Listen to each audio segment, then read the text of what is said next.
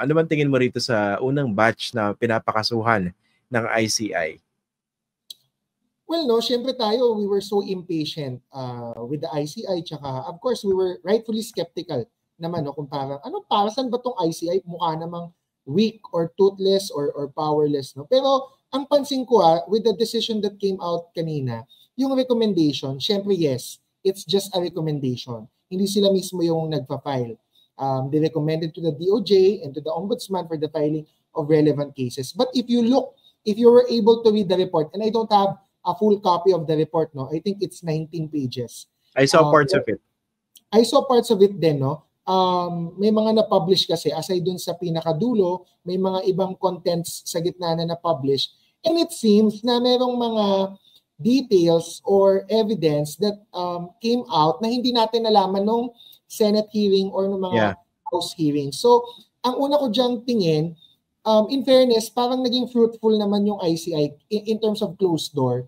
Kasi ako, sa Senate kasi ang problema ko, ang daming umiepal, nagugulo yung flow ng pagtatanong. Siyempre, meron dyan magdidirill. Hindi mo alam yung agenda eh.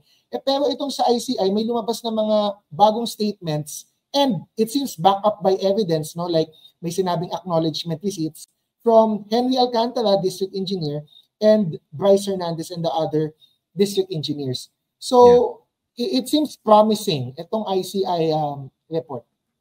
Oo. Ito, example, sige. Pag-usapan natin yung kay Joel Villanueva.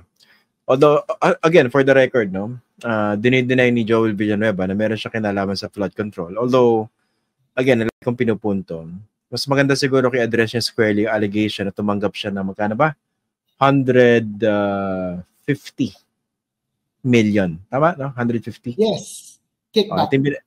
Yung kickback daw, binigay ni Henry Alcantara sa kanyang tao daw na si Peng. Ito yung naging basihan, di ba, ng ICI for recommending the filing of charges against Joel Villanueva. So, ito yung dapat i-address siya squarely, no? Kasi hindi naman siya inakusahan na nag-dip ng kanyang finger sa flood control eh. Ang nagsabi nun, si Henry Alcantara dahil ginagawan daw nila ng paraan dahil humihingi ng ganitong pondo si Joel Villanueva. Okay. Ano ba yung... sige, go ahead. And there's an irony there, no? Ako naniniwala ako kay Senator Joel, ibibigay ko sa kanya na ayaw niya ng flood control projects. Totoo naman. Nagagalit sa mga hearings. Hindi lang this year, no? About flood control, walang master plan, etc. But, kasi kailangan pakinggan mo yung statements and yung story ni Henry Alcantara. Hinihingan sila ng multi-purpose buildings na projects ni Joel Villanueva to the tune or to the amount of 1.5 billion. This is because, kasi nga, since ikaw, expert ka na din ako, baka expert na din ako, pag vertical versus horizontal project, pag building yan na nakatayo, mas maliit ang SOP. Because syempre, mas mahirap yan gawing substandard, mahuhuli ka eh, baka mas madaling yung monitor, madaling ma-audit. Yes. And then, so yung 1.5 billion na gusto niyang amount for multi-purpose, 10% lang ang SOP. So that is equivalent to 150 million. So yun yung kinukulit niya, sina Henry Alcantara na pe-pressure na, boss, yung kay Yusek Bernardo, paano natin gagawin to ng paraan? So I think hindi talaga nila sinabi. And parang yun yung testimony ni Henry Alcantara, kunin na lang natin sa flood control. Kasi pag 600 million worth of projects na flood control, madideliver pa din yung 150 million because that's like a 25%. That's 25% kickback. So ang problema ni Senator Joel sa ICI na report na ito, aside sa hindi sa ICI, no, tayo mga narinig natin, nagtutugma multiple testimonies from multiple witnesses. From Bryce Hernandez to JP Mendoza, and then their boss, Henry Alcantara, and the bigger boss, Yusek Bernardo. So, sa lahat ng mga kinasuhan, una talaga si Senator Joel kasi nagtatagpi-tagpi talaga yung mga testimonya. Dito pa sa pagpo-prosecute ng ganito, with a simple denial like, let's say, denial from Senator Joel Villanueva suffice, given the weight of evidence and testimonies against him?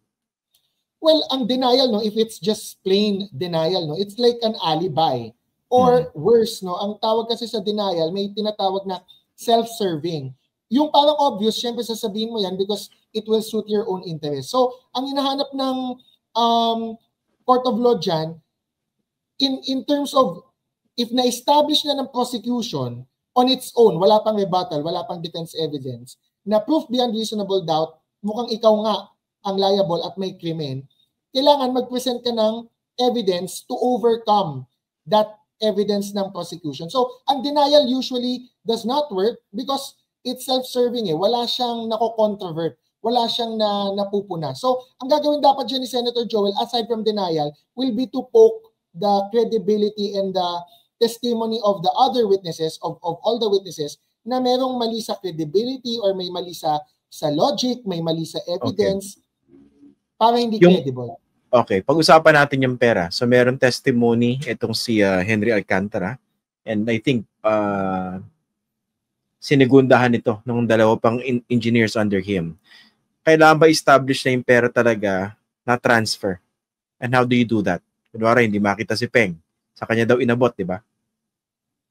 Yun naman yung concern, no? Kasi syempre dito sa pork barrel na Napoles cases, usong-uso yung defense na chief of staff ko lang ang may kalokohan. And then even some chief of staffs are getting acquitted, no? Because may isa pang defense yung parang fake signature, etc. So, I can see that as a possible defense. Although, we haven't seen all of the evidence. Again, mukhang merong parang mga iba pang parang acknowledgement receipts na meron si Henry Alcantara. And I think may iba pa, no? Hindi lang natin nakita yung buong report. So, that is a possible defense given what we know, but I think the ICI would have filed the case given that it had more evidence. Pero pwede ba silipin to ng AMLAC, no? Kunwari, meron sinabi na, hindi, nag-abot ako dyan ng 150 million. Most likely, correct me if I'm wrong, no? Hindi man ako utak kriminal. Pero, lulutang at lulutang yan, di ba? It would manifest itself. Di ba? Kunwari, pambibili ng lupa yan, sasakyan, unless itago yan siguro sa Tampipi o sa Caja de Hierro. Or pwedeng i-deposit yan, pwedeng hindi sa account ng senador. Again, possibilities lang ito. Pwedeng sa account ng isang dummy, di ba?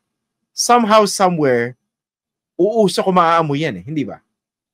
I'm sure tinitingnan na yan ng ombudsman tsaka ng AMLAC. Although, hindi pa sa atin kinikwento ng ombudsman. Ang nakwento lang is ibang congressmen ang merong bank accounts na nag-flow yung money from either a Diskaya or a contractor daw to the bank account of the congressman. So may pinangalanan na dyan si Ombudsman Remulla. But as to Senator Joel Villanueva, I haven't heard such thing.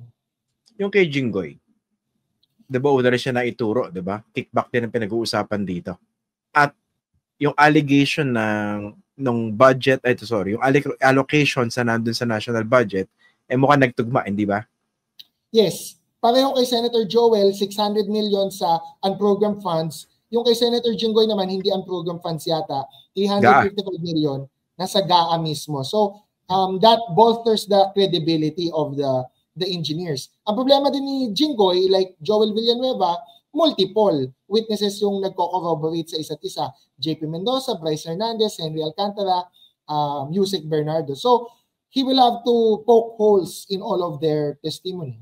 Pero ibig sabihin, ano lang naman to, no? Kumbaga, sa mga mainipin natin mga kababayan, understandably so, may mga susunod pa rito, may mga kakasuhan pa. Makukulong yan before Pasko, before Christmas. Sino? Yan, November 25. Lalabas yan, warrant of arrest, siguro after November 25, within 3 to 5 days. Madami siyang makukulong. Walang walang bail. Pag-plunder. So again, hindi ko naman alam ang strategy. Depende yan sa strategy. Graft, plunder, malversation. No? So bahala na. Ako naman, simpleng abogado din tayo, Christian. Bahala na yung mga big boss natin, yung ombudsman, mga bigating DOJ. Sila na dyan magsa-strategize.